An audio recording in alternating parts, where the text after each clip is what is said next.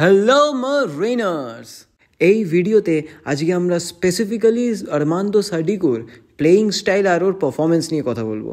Armando Sadiqur player profile মানে ও কোথা থেকে এসছে আর ও যে ইউরো খেলা প্লেয়ার কিরম খেলেছে আগে মোহনবাগানে আসার আগে, এটা নিয়ে আমি আরেকটা ভিডিও বানিয়েছিলাম একদম স্টার্টিংয়ে আরমান্দো সাদিকুকে নিয়ে। আপনারা চাইলে ওটা দেখতে পারেন। এই ভিডিওতে ওটা নিয়ে ডিটেলসে যাব না, নাহলে ভিডিওটা অনেক বড় হয়ে যাবে। আগের ভিডিওতে আমি একটা কথা বলেছিলাম যে হাবাস আসার পরেই সাদিকুর পারফরমেন্স আর ওর বডি ল্যাঙ্গুয়েজ প্লেয়িং স্টাইল কিরম চেঞ্জ হয়ে গেছিলো, ওভারঅল সব কিছু চেঞ্জ হয়ে গেছিলো। ওখান থেকেই আমি আজকে এই ভিডিওটাকে শুরু করব। সাদিকু যখন প্রথম মোহনবাগানে এসেছিল আর ওর খেলা যদি আপনারা এখন দেখেন, অনেকটা চেঞ্জ হয়ে গেছে ওর খেলা, অনেক ইমপ্রুভ করেছে। সাদিকু আগে রীতিমতো ঠিক করে দৌড়তে পারতো না, এখন সাদিকু সব কিছু করছে। আর সাদিকুর যে খুব আন্ডাররেটেড অ্যাবিলিটি আছে, যেটা অ্যাপ্রিসিয়েট অত করা হয় না, সেটা হলো ওর বলটাকে হোল্ড করে রাখার অ্যাবিলিটি।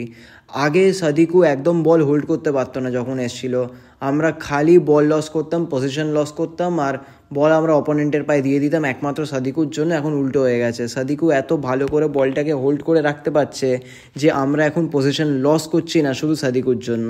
আর পজিশন একটা টিমে খুব বড় রোল প্লে করে।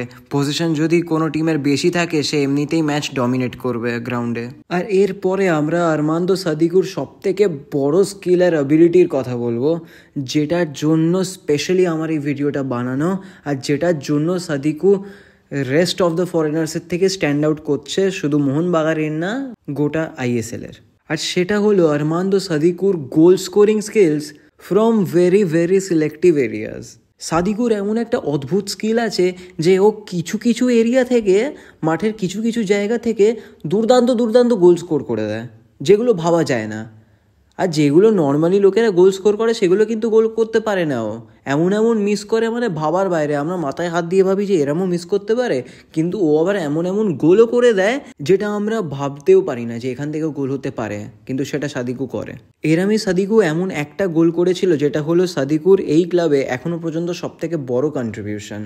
আপনারা কি গেস করতে পারবেন যে সেটা কি হতে পারে? আপনাদের ভাবার টাইম দিলাম একটু। সাদিকুর সবথেকে বড় কন্ট্রিবিউশন হলো দুরন্ত কাপের সেমিফাইনালে যে ও লং রেঞ্জ থেকে এমন একটা পজিশন থেকে গোল করেছিল যেটা নেক্সট টু ইম্পসিবল, এক্সপেক্টই করা যায় না ওরম গোল। আর সেটাও সবথেকে বড় কন্ট্রিবিউশন এই জন্যে কারণ ওই গোলটা যদি না হতো আমরা কিন্তু ফাইনালে দুরন্ত কাপে যেতে পারতাম না, খুব কম চান্সেস হতো, গোয়াকে আমরা ওরমভাবে হারাতে পারতাম না। এমন একটা পজিশন থেকে ও গোল করেছিল যেটা ভাবার বাইরে। এই জন্যই আমরা 2-1 জিতে ফাইনালে ইস্ট বেঙ্গলকে হারিয়ে এত বছর পর দুরন্ত কাপ জিতেছিলাম। আর আইএসএল এর ডার্বিতেও, যেটা প্রথম ডার্বি তার 2-2 ড্র হলো, যে প্রথম গোলটা করেছিল খুব সুন্দর গোল করেছিল।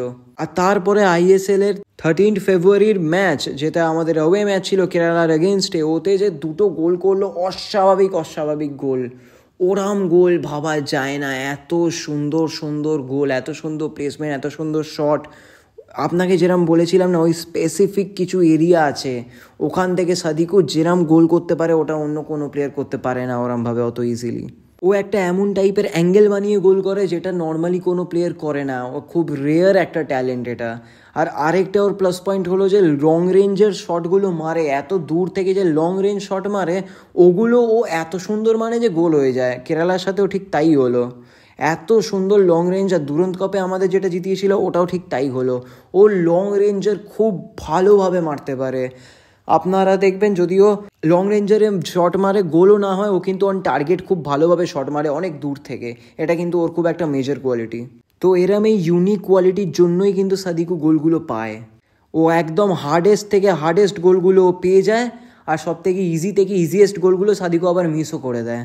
কিন্তু এরম একটা রেয়ার ট্যালেন্ট খুব কম প্লেয়ারের থাকে, যেটা আরমান্দো সাদিকুর আছে। আর আমি আশা করছি এই রেয়ার ট্যালেন্ট দিয়ে সাদিকু আরও গোল করবে, আর এইবারে আমরা মোহনবাগান আইএসএল শিল্ড জিতেই ছাড়বো। আর যদি কেরালার এগেনস্টে ওই দুটো অস্বাভাবিক গোল না করতো অ্যাওয়েতে, তাহলে কিন্তু আমরা 3 পয়েন্ট পেতাম না। আর আইএসএল শিল্ডের রেসে এটা কিন্তু একটা খুব বড় রোল প্লে করতো, খুব বড় ইম্প্যাক্ট হতো এটা। আপনার যদি আমার এই ভিডিওটা ভালো লেগে থাকেন, প্লিজ আমাকে একটু সাপোর্ট করবেন চ্যানেলটাকে সাবস্ক্রাইব করে, আর ভিডিওটাকে লাইক করুন। আর আপনার যে কি বক্তব্য এটা আপনি নিশ্চয়ই আমাকে কমেন্টে জানান। And thank you for watching. Until next time, জয় মোহনবাগান।